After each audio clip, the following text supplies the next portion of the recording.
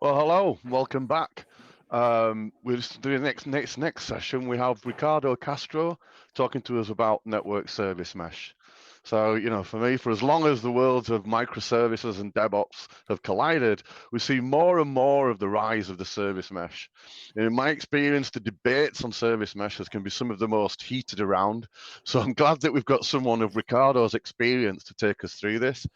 He's also a strong believer in culture and teamwork, open source, passionate advocate, taekwondo amateur, and a metal lover.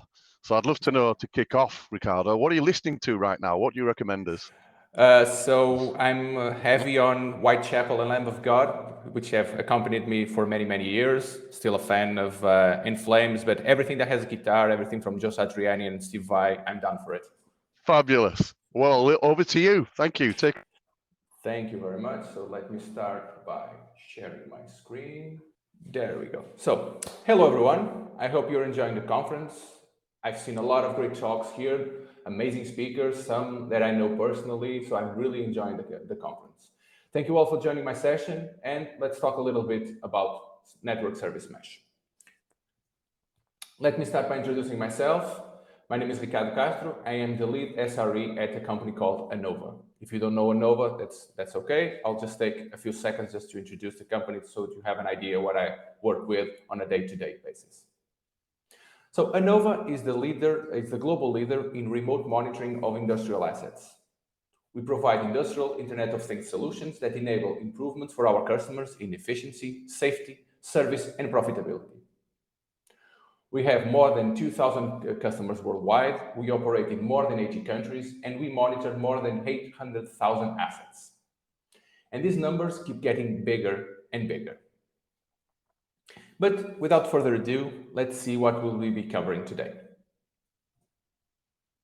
So we will start by taking a look at traditional service meshes, the service meshes that we all know. Probably a lot of us are using them. We're going to do a quick recap and we will talk about the problems that the traditional service mesh addresses and what are its main components, its main architecture. Afterwards, we'll take a look at where they fall short. We'll see some use cases where they don't work at all, or the solutions they propose could be a bit better. We will then move on to talk about network service mesh. We will cover on a very high level what it is and what are some of its key concepts. We will then briefly take a look at some more interesting NSM concepts that you should take a look after this talk. And before I go, I'll point you to some interesting resources where you can learn a little bit more. So let's dive right into it. And we'll start by talking a little bit about complexity. Microservice architectures build applications as a collection of loosely coupled services. In this type of architecture, the goal is for services to be fine-grained and the protocols lightweight. The main objective is for teams to bring their services to life independent of other services. And by building loosely coupled services, there's a reduction of the types of dependencies and complexities around it. But as we all know, that's easier said than done. Reliably managing network connectivity in distributed systems introduces its own sets of challenges. We now have to deal with things like service discovery, load balancing, fault tolerance, distributed tracing, metrics collection, security, and these are just some of the few concerns that we need to have on a day-to-day basis. So how can a service mesh help us? A service mesh tries to act as the connective tissue between all of our services.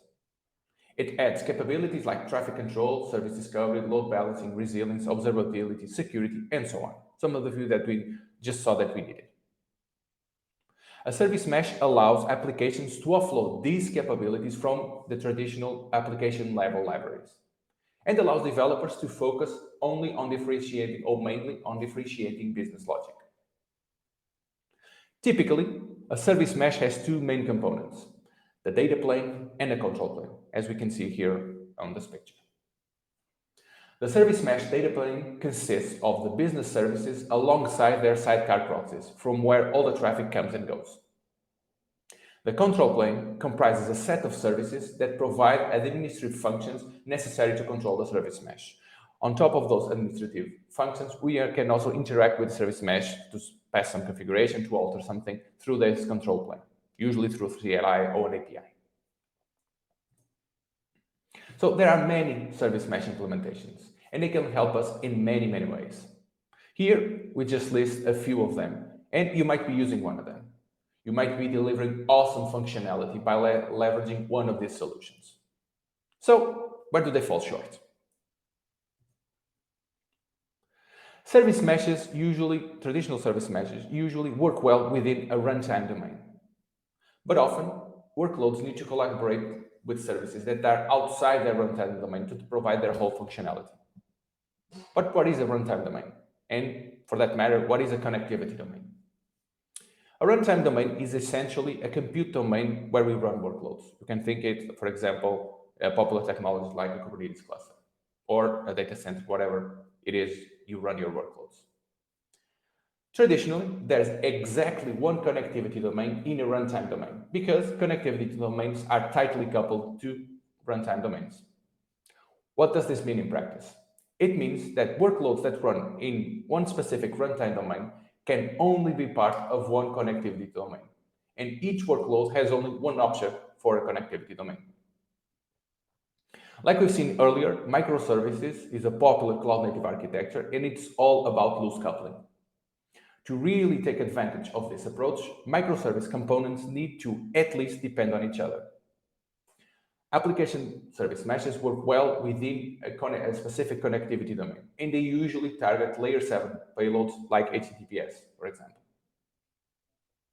They can help cloud-native workloads achieve loose coupling through functionalities like service discovery or fault tolerance or any of the ones that we've seen previously.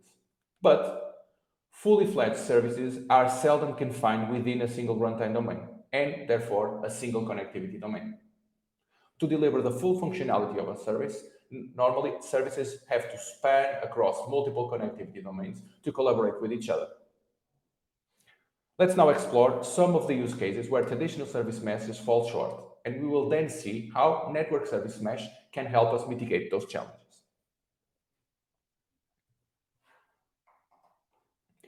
An example scenario is the multi-cloud hybrid cloud setup. In this scenario, you have several different and independent clusters, for example, Kubernetes clusters, which can be public, can be private, or can be on-premises. Workloads in each of these clusters need the ability to talk to each other. You could think of this scenario as an inter-cluster networking, but from the point of view of the workload. So in short, we have workloads running on different runtime and connectivity domains, and they need to talk to each other. Another example is the multi-corp extranet scenario. Here, workloads from different clusters need to collaborate with each other independent of their connectivity domains. And it looks very, very similar to the example that we've seen before. But here, the major difference from the previous scenario that we've seen, the multi-cloud hybrid cloud setup, is that you now have different domain of administrative controls. What does this mean? This means that you usually have different organizations managing their own runtime and connectivity domains. Yet, to deliver full functionality, workloads inside each of these domains need to talk to each other and cooperate to actually deliver functionality.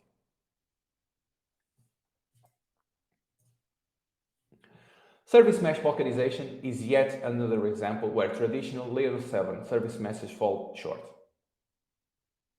Traditional service meshes work well within the same Kubernetes cluster, for example. And when local meshes need to collaborate with each other from distance, you usually link them through gateways. That's the most popular option for the traditional service meshes to work with each other in different clusters. They're typically programmed with layer 7 static routes, which are both hard to scale and maintain. Traditional service meshes can't guarantee reliable networking here because they assume there's a reliable OZ layer 3 underneath them, which is usually true inside a cluster, but cannot be guaranteed beyond that. And last but not least, we have the scenario of the multi-service mesh. Typically, inside a cluster, you can only support one service mesh. But in many circumstances, workload will need to interact with services that are running on other service meshes.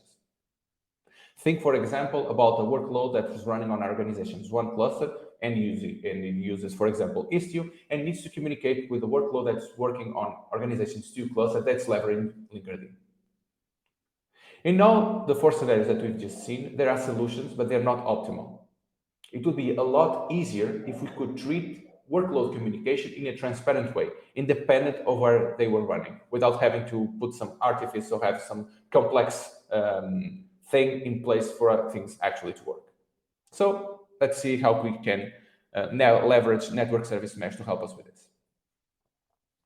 So all of this discussion leads up to network service mesh, or NSM for short.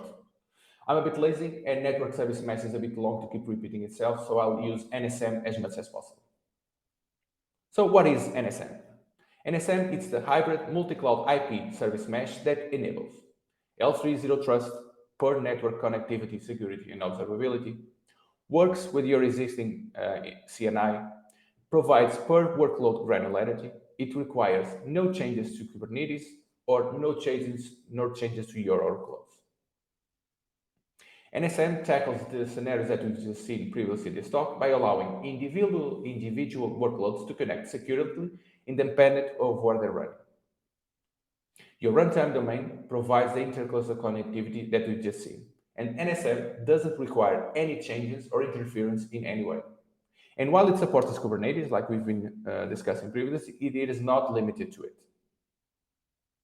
So before we take a look at some of its key concepts, let's look at what we can see in the documentation and what are some examples of where use cases of where NSM shines. So I'm just going to describe 4 scenarios of where NSM can actually help us in many ways.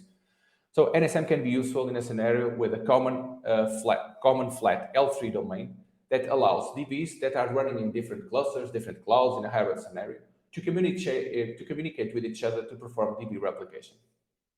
Another example scenario is a single L7 service mesh like Istio, Linkerd, console that we've seen previously, connecting workloads running on multiple clusters. Could be local, on-prem, cloud, private, you name it. A single workload connecting to multiple L7 service meshes, or even workloads for multiple companies connecting to single collaborative service mesh from cross companies interactions. So essentially the examples that we've seen previously where traditional service mesh falls short, NSM tackles and is aimed at solving those things. Let's now dive a little bit into its key concepts. So we're going to see what is a network service client, an endpoint, and a vWire. We'll then take a look at NSM's API and what are registries in the world of NSM. So in NSM, a network service is essentially a collection of features that is applied to network traffic. These features provide connectivity, security, and observability. A client or network service client is a workload that requires a connection to a network service. And it does so by specifying the network service name. Clients are independently authenticated through SPIFE-ID, and they must be authorized to connect to the requested network service. In addition to the network service name, when a client wants to connect, it can declare a set of key value pairs, which are called labels. These labels can be used by the network service to select the proper endpoint, or they can be used by the endpoints themselves to influence how they will provide service to the client. And we will see an example in a little bit. Another important concept is the concept of an endpoint. So an endpoint, also called a network service endpoint, is the entry point for a network service to a client. The network service is identified by its name and it carries a payload, usually IP or Ethernet, but by default it is IP. Network services are registered within a network service registry. But what can be an endpoint? So an endpoint can be a pod running on a Kubernetes cluster, a pod running in a different Kubernetes cluster. It can be a VM. It can be anything on the physical network, or it can be anything else that to which packets can be delivered for processing. What connects a client to an endpoint is known as a virtual wire in NSM world, or vWire for short. A vWire acts like the virtual wire between a client and an endpoint. A client can request the network service multiple times and therefore can have multiple vWires that connect the client to the specific endpoint. A vWire has a contract that establishes its rules, and those rules can be found in the NSM's documentation. So how can actually a client integrate with the network service mesh? So the NSM has an API, which includes requests, close, and monitor. And we'll be going to briefly see what each of these interactions means in the NSM world. So a client or a network service client can send a request, which is a gRPC call to NSM, to create a vWire between a client and a service. As we've seen previously, the client can also declare some labels that will influence how that vWire is created. To close the connection between a client and a network service, a client can send a close gRPC call to the NSM, and then the vWire will be closed. On top of that, a client may also send a monitor gRPC call to the NSM to get updates on the status of the vWire that it has established with the network service. But why would he do that? Because each vWire that is established between a client and a network service always has a finite expiry time. So a client can be interested, and usually does, keep sending request messages to refresh that vWire. If a vWire exceeds its expiry time without being refreshed, the NSM cleans the vWire up. So monitor connection calls allow a client to keep its vWire open. Let's now turn our attentions to registries and see how network services can register themselves with them. As with any other service mesh, NSM has a concept of network service registries, in which network services and network service endpoints are registered. A network service endpoint provides one or more network services. Each network service endpoint registers itself with a registry and provides a list of network services by name that it provides. And it also provides the destination labels that it's advertising for each network service. As we've seen previously, a network service is identified by its name and it carries a payload, either IP or Ethernet. Optionally, a network service may specify the list of matches.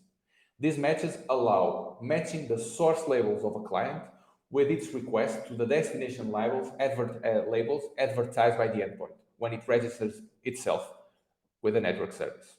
For example, looking at the example on the right, we see that if a client sends a connection request and provides no source labels with its request for service / mesh network service, it will not be matched with the service envoy proxy for the first match. And so will fall through to the catch-all match with the no selector, and will then be matched with the advertised network service named service mesh with a destination label service envoy proxy. Now, if the client provides the source label of service envoy proxy, it would be matched with the first entry to the endpoint that advertised network service mesh and with the destination label service VL3. Another interesting aspect is that the NSM also allows for multiple independently and mutually ignorant registry domains. The network service domain of a network service is identified by suffixing an @ domain to the network service name. So in this example, we can see that the network service name service mesh in the finance.example.com domain would be named service mesh at finance.example.com. Now, this was a lot of information. So how does all of this work together? So let's go and think about a network service endpoint. So a network service endpoint will register itself with a network registry, and it will register one or more network service that it is providing. It will register that list by name, and it will add destination labels that it is advertising for each of those network services. A client can then send a request to the NSM to create a vWire between a client and a specific network service it needs. In that connection, it can also provide labels that will influence how they will be connected. A client can also close that connection, of course. And because the connections have an expiry time, a client can monitor that connection and to keep the connection open. What's interesting in this is that the NSM allows for workloads to request services that are independent of where they're running. It's up to the NSM to do the necessary wiring, create the required vWires, and allow communication between workloads in a secure way. So before we go, just a few more things. This talk explores what issues a network service mesh addresses and what are its main concepts. But there is a lot more that you can explore. You can take a look at interdomain, for example, where a client may request a network service from a network service domain independent of where it's running. You should also take a look at some of its advanced features. The network service mesh match process that selects the candidate endpoint for a certain network service can be used to implement a variety of advanced scenarios. Some of them are here described: composition, selective composition, topologically aware endpoint selection, or topologically aware scale from zero. These slides will be provided after the talk, and here you have links to all of those in the documentation. Also important to note is the fact that since 2019, the NSM has been a CNCF project and is currently in the sandbox maturity level. If you don't know what the CNCF is, it's an open source foundation that promotes the adoption of cloud-native computing. The CNCF is a subsidiary of the Linux Foundation, and it aims to establish a vendor-agnostic community of developers and users and service providers to collaborate on open source projects. CNCF projects are the foundation of the cloud-native computing, and the CNCF provides support, oversight, and direction for fast-growing cloud-native projects that include things that we all know like Kubernetes, Envoy, and Prometheus. So this all means that NSM is in very, very good company. And I would like to leave you with some links that can help you explore the NSM a little bit more. If you want to try it out, follow the Run Network Service Meshes in Kubernetes. It features a full installation as well as several example use cases. My suggestion would be for you to go through the key concepts again, and then would solidify them by trying out some of the examples. So it's very interesting. It goes from the beginning to end, where you will deploy, for example, if you already have a Kubernetes cluster, that's fine. If not, they also provide an installation, for example, with Kind. We will then deploy several components of the network service mesh, and then we'll try a few workloads that will send requests to the API to create vWires. So it's really interesting to see how everything works and how pieces fall into place. Also, if you want another introduction to the NSM, follow the webinar Network Service Mesh, an introduction. It gives a very, very nice overview of the NSM. It's given by several of the network service mesh maintainers, so it's they're the most capable people and the most knowledgeable people to actually show up, explain what the network mesh is and what problems it tries to tackle. And of course, check out the NSM roadmap to see what's coming on the horizon, and check networkservicemesh.io for the full documentation. And that's all for my part. Let's just do a quick recap to see what we covered in this presentation. So we started by going through an overview of traditional service meshes. We look at its components and what it tries to solve. We then looked at what are some of the use cases of where they fall short. We then progressed to take a look at a 10,000-foot view of what NSM is and what are some of its key concepts. We explored several concepts like endpoints and network services, as well as taking a look at what is the NSM's API and other concepts. And last but not least, because we saw a lot of information in a short amount of time, we'll look at some resources that will allow you to know more about NSM and see if it actually makes sense in your concept to onboard the NSM. I hope you enjoyed this talk. It was informative for you. So feel free to ask questions in the chat or to reach out to me on my social networks after the talk. Thank you very much. Have a great day, and I hope you keep enjoying the conference. That was a great session, Ricardo. Thank you. Thank you. I'm not sure that we've still got connectivity to your camera. Is that still working? We've just got we've got your profile icon, but we somehow don't have your camera. I'm not sure what's happening there, but anyway, you can hear me okay. Yeah. Great session. Great session, and obviously, quite a complex topic. Yeah. As you got up to speed with this, what was the kind of aha moment that really helped you grasp?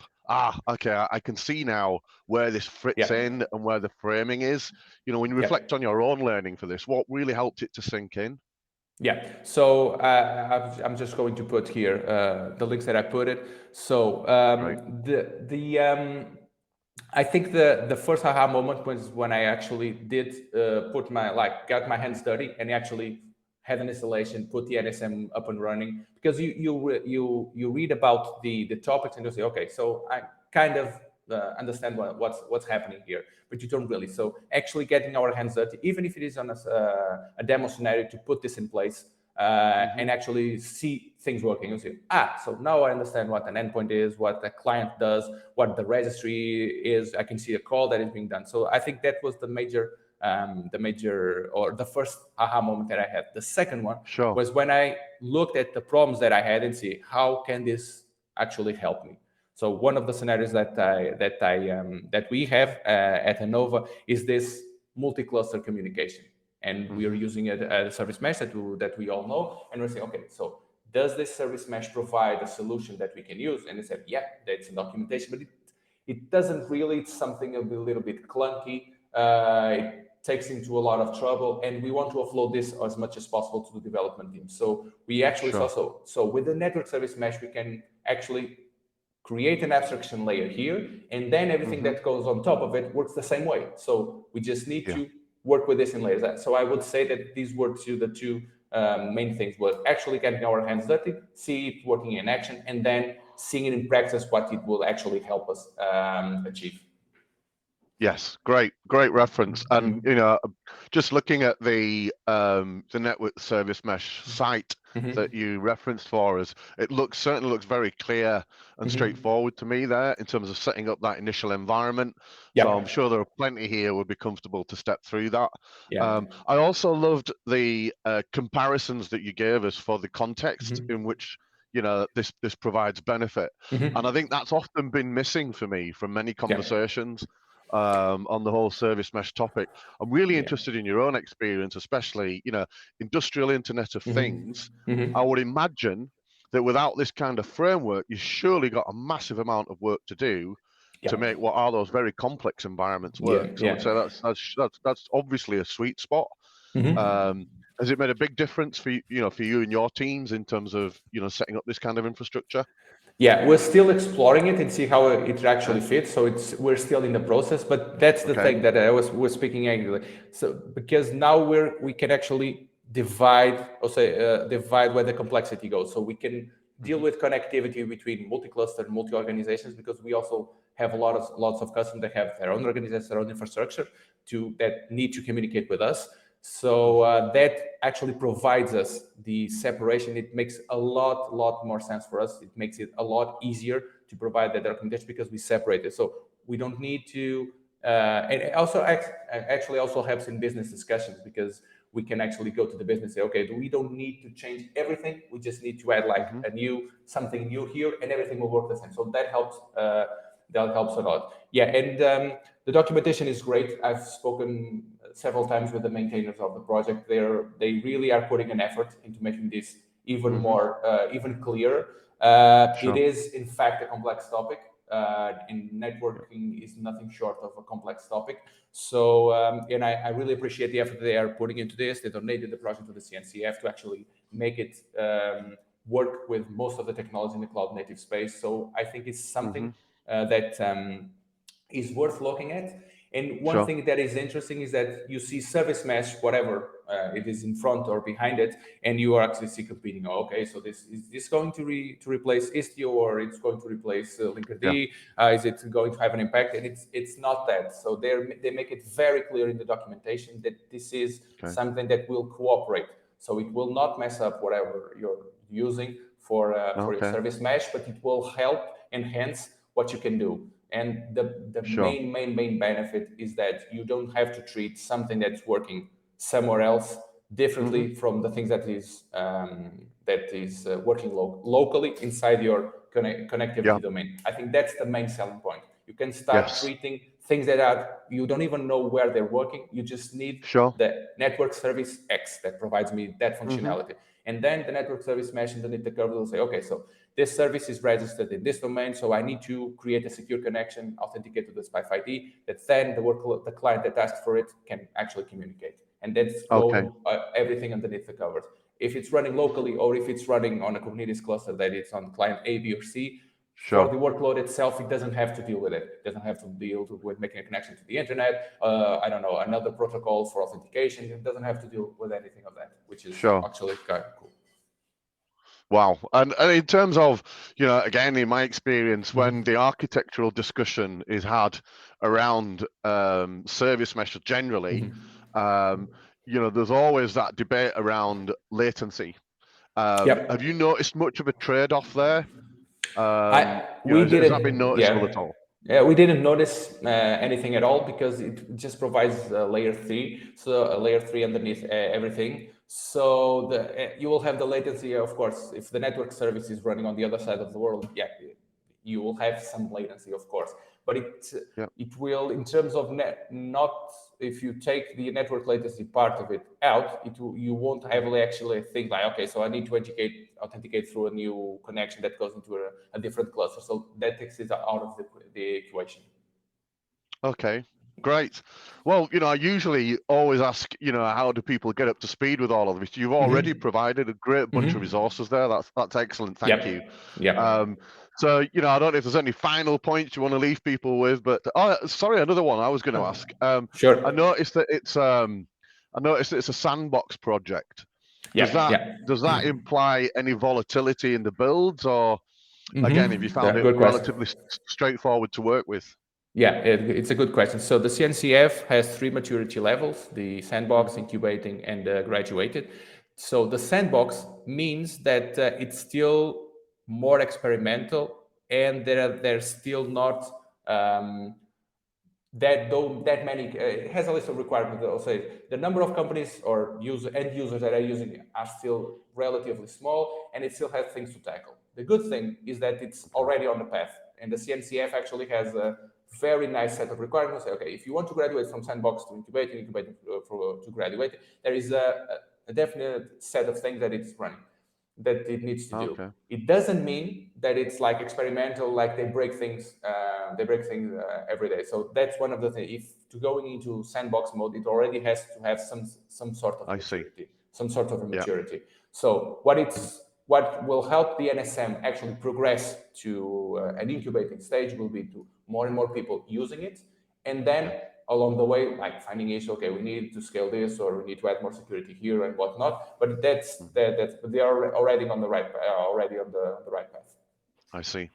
Great. Well, thanks again. Thank you. Some fabulous pointers there, and thanks. Some brilliant resources to leave us with, and those examples are just brilliant. So thank you very much, Ricardo. It was an excellent session. Thank you. I think we'll break now for lunch. So we're back in an hour and 10. I hope to see you all back on the observability and security stream again. But thanks again, Ricardo Castro. Great session. Thank you. Thank you very much for having me.